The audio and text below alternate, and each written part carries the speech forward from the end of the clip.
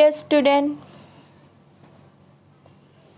आप लोग का स्वागत करती हूँ आपके अपने यूट्यूब चैनल सितंबर शिल्पी क्लासेस में। और आपकी रोज़ सुबह 11 बजे आपको पता है मुख्य सेविका की क्लास होती है, जिसमें मैं इम्पोर्टेंट चीज़ पढ़ाती हूँ। ऐसी चीज़ जहाँ से आपके 1 से 2 नंबर के क्वेश्चन आ जाएंगे।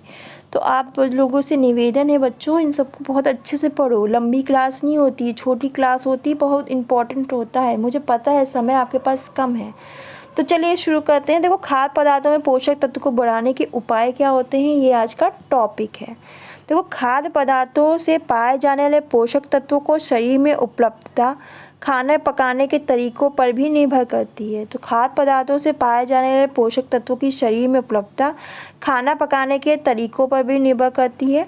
यदि खाना उच्च तापमान पर देर तक पकाया जाए, तला जाए, तो इस खाद्य पदार्थ में पोषक तत्व नष्ट हो जाते हैं। यदि जो खाना है वो उच्च तापमान पर उच्च जो तापमान होता है उस पर देर तक पकाया जाए, तला जाए, ऐसे खाद्य पदार्थ के क्या पोषक तत्व नष्ट हो जाएंगे। और कुछ विधियां ऐसी हैं जिन्हें अपनाने से खाद्य पदार्थों की पौष्टिकता बढ़ाई जा सकती है। और देखो, पौष्टिक भोजन खाना बहुत ज़रूरी है।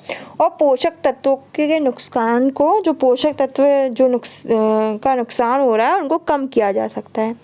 खाद्य पदार्थों में पोषक तत्वों को बढ़ाने या संरक्षित रखने की विधियाँ इस प्रकार हैं, देख लेते हैं। देखो, खाद्य पदार्थों में पोषक तत्वों को बढ़ाने और संरक्षित रखने की कुछ विधियाँ होती हैं। सबसे पहले होता है भिगोना। इस विधि में बीज या अनाज को पानी में भिगोने के पश्चात प्रयोग में लाना चाहिए। इस विधि में क्या करते हैं, बीज और जो अनाज है उसे पानी में भिगोने के पश्चात हम प्रयोग में लाएंगे, जैसे चना है, दाल है, ये सब। इससे खाद्य पदार्थ की पौष्टिकता में क्या होती है, बढ़ोतरी होती है। खाना जल्दी पच जाता है, जो खाना है हमारा वो जल्दी पच जाएगा। खाद्य पदार्थ की जो पौष्टिकता है उसमें बढ़ोतरी होती है। अंकुरन, इस विधि के अंतर्गत सूखी दालों, अनाजों को कुछ समय तक भिगो कर नरम किया जाता है। इस विधि के अंतर्गत जो सूखी दालें होती हैं, अनाज है, उनको कुछ समय तक भिगो कर नरम किया जाता है और उसके बाद भीगे सूती कपड़े, बर्तन जिसमें चारों तरफ छेद हो, उसमें रखा जाता है, जिससे पानी और हवा से वह अंकुरित हो सके। पानी से और हवा से वह अंकुरित हो सके और अंकुरित अनाज व दाल को पचाना आसान हो जाता है।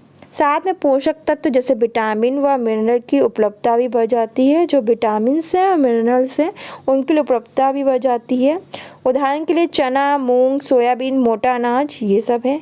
अंकुरित अनाज व दालों को सुखाकर भूनकर पाउडर के रूप में बच्चों, महिलाओं के भोजन में मिलाकर पौष्टिक आहार तैयार किया जा सकता है। तो देखिए, महिलाओं के भोजन में मिलाकर पौष्टिक आहार तैयार किया जा सकता है। अंकुरित अनाज, दालों को सुखाकर भूनकर पाउडर के रूप में बच्चों, महिलाओं के भोजन में मिलाकर जो आपका पौष्टिक आहार वो हम तैयार कर सकते हैं। फिर खमीर उठाना क्या होता है, देखो, दही है, मट्ठा, इडली, डोसा आदि क्या होते हैं, फॉर्मेट खाद्य पदार्थ हल्के व सुपाच्य होते हैं। इन्हें खाने से उपापचय में सुधार आता है और शरीर में आवश्यक पोषक तत्वों की पूर्ति होती है। इससे शरीर को विटामिन B12 की पर्याप्त मात्रा मिलती है।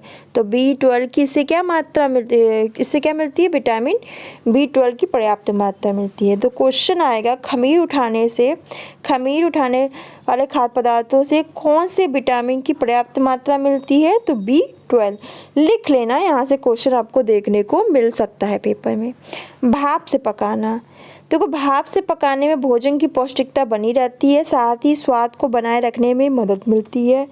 आपका इडली है, फला है, हरी सब्जियां हैं, ये सब हैं। फिर भूनना, तो देखो, भूनना ये भोजन की नमी को कम कर गुणवत्ता बनाए रखने की एक बहुत अच्छी विधि है। भूनने से खाद्य पदार्थ में उपलब्ध पोषक तत्वों की हानि होती है। उसमें तेल व घी की आवश्यकता नहीं होती है, काफ़ी कम मात्रा में आवश्यकता होती है और स्वाद में सुधार होता है। उदाहरण के लिए भुना हुआ चना, मखाना, मूंगफली है, बीज आदि हैं। अनाज, दाल, बीजों के मिश्रण को भूनकर स्वादिष्ट पाउडर बनाया जा सकता है, जो कि भोजन बनाते समय पके हुए भोजन में ऊपर की ओर से डाला जाता है। स्वाद व ऊर्जा दोनों बढ़ा देती है। तो ये क्या करती है, स्वाद व ऊर्जा दोनों को क्या करेगी, बढ़ा देगी।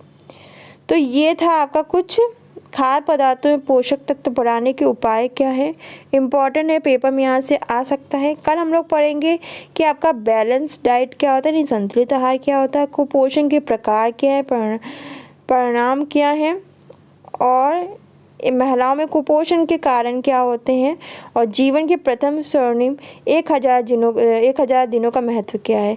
तो इम्पॉर्टेंट ये भी है, तो कल की क्लास भी बहुत इम्पॉर्टेंट होने वाली है बच्चों। तो आज के लिए बस इतना ही, नोट डाउन कर लेना जिससे पेपर में यहाँ से एक भी क्वेश्चन बने तो मेरा कोई स्टूडेंट गलत करके ना आए। तो आज के लिए बस इतना ही, मिलते हैं कल की क्लास में। धन्यवाद।